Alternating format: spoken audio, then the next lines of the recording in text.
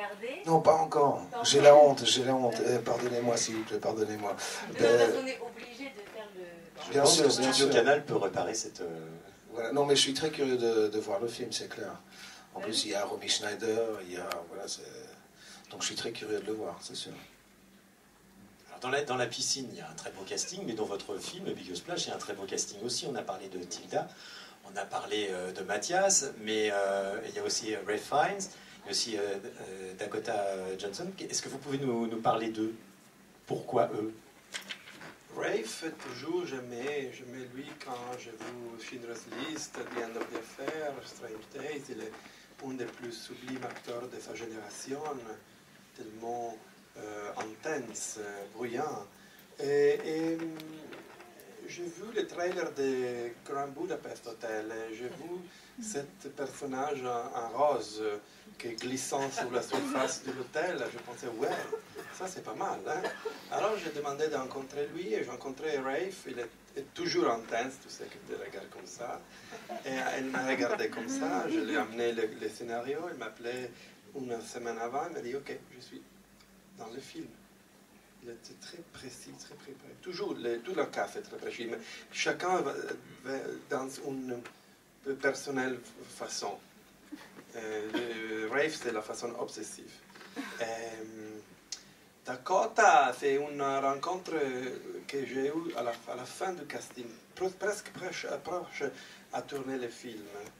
J'ai rencontré beaucoup de gens fils, quelqu'un très important, star, mais toujours j'étais, comment dire, il y a quelqu'un que je cherchais qui n'est pas là. Et alors un ami m'a dit, il faut que tu rencontres la fille qui maintenant tourne 50 Shades of Grey, le film de James L. Gray, James E.L. James. Et alors elle est venue en Italie parce qu'elle était en France, et j'ai rencontré Dakota. Dakota, c'est la nièce de Tippi Hedren, la fille de Melanie Griffith. La petite fille de Tippi Hedren. La petite fille de Tippi Hedren. C'est le cinéma incarné pour le monsieur le cinéphile. Et pour moi-même. Et alors, je pensais déjà, ça c'est beaucoup pour moi. Mais je crois que Dakota c'est très intelligent. Il y a quelque chose de très sharp. I don't know how to say in French. Aiguisé. Aiguisé. Enfin, ouais, précis, on pourrait dire précis aussi, d'ailleurs. Super bien. Et il y a quelqu'un pour faire plaisir à, voilà, j'allais dire pour faire plaisir à notre ami cinéphile, il y a Aurore Clément qui est quand même, voilà, une grande comédienne, et elle aussi une icône du cinéma français. J'adore. J'ai tourné avec Aurore déjà un petit court-métrage, et j'adorais, j'aime Aurore beaucoup. Alors j'ai appelé elle, j'ai dit, il faut que tu viennes à Soulier pour faire quelque chose avec moi. Et il y a aussi une très... j'aime beaucoup Lily McManamy, qui a joué dans le rôle de Sylvie, qui c'est une modèle qui a fait le début ici. Mathias, vous avez été jusqu'à présent très gâté au cinéma avec vos partenaires féminines. Est-ce que vous pouvez nous parler justement de Tilda Swinton, qui est, voilà, quand même, au-delà de l'actrice, c'est quand même c'est un personnage pour nous spectateurs. Voilà, c'est clair, c'est une grande artiste avec une intelligence particulière, une sensibilité particulière. Elle a une lecture très... elle avait une lecture très originale, voir son idée de dire, voilà, mon personnage, il ne va pas parler. Et au début, la première fois que Luca m'en avait parlé de cette idée, je me dis, ah, c'est surprenant, comment on va faire, parce qu'il y a quand même plein de scènes où on est censé se parler, et donc comment on va faire. Mais comme c'était un choix très audacieux, en même temps, c'était un choix qui tout à coup, il ouvre un univers complètement différent et une sensibilité complètement différente à leur relation. Et donc, voilà, au début, ça me faisait peur, mais après, j'ai vu que c'était un grand cadeau, en fait.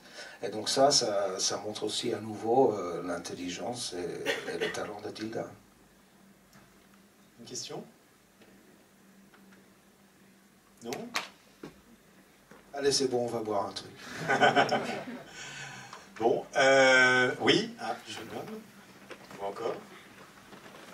Profitez-en, vous avez raison. Ma question, c'est pour Mathias. Yes. Donc, il y a quelques semaines, j'ai eu l'occasion de rencontrer le réalisateur de Belgica et Ouais. celui des Ardennes. Ouais. Donc, vous deviez jouer dans ces deux films. Ouais. Et du coup, est-ce que vous comptez travailler avec Félix ou Robin prochainement? Bien sûr, avec plaisir. Ce sont deux réalisateurs que j'aime beaucoup, et qui ont, qui ont un grand talent.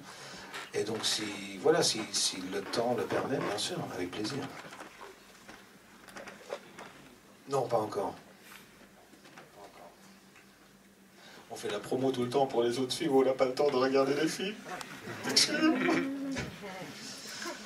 Bien, est-ce qu'il y a encore une dernière question? Monsieur? Ne tirez pas trop longtemps, on est en train de suer ici. Il fait tellement chaud. Bonsoir, donc bravo pour le film.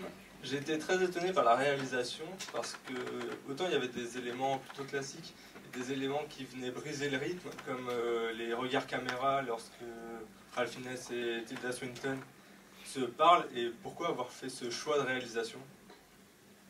Le moment de Harry et Marianne à la fête de San Gaetano contre le mur bleu, c'est le moment plus ouvert entre les deux. Il y a une impossibilité de se comprendre, mais c'est le moment que les deux sont complètement ouverts à l'attention de l'autre. Alors je pensais que pour avoir ça, je me souviens d'Ingmar Bergman qui utilisait cette méthode de voir dans la caméra, et alors j'ai retourné là, comme un moment d'intimité. Merci.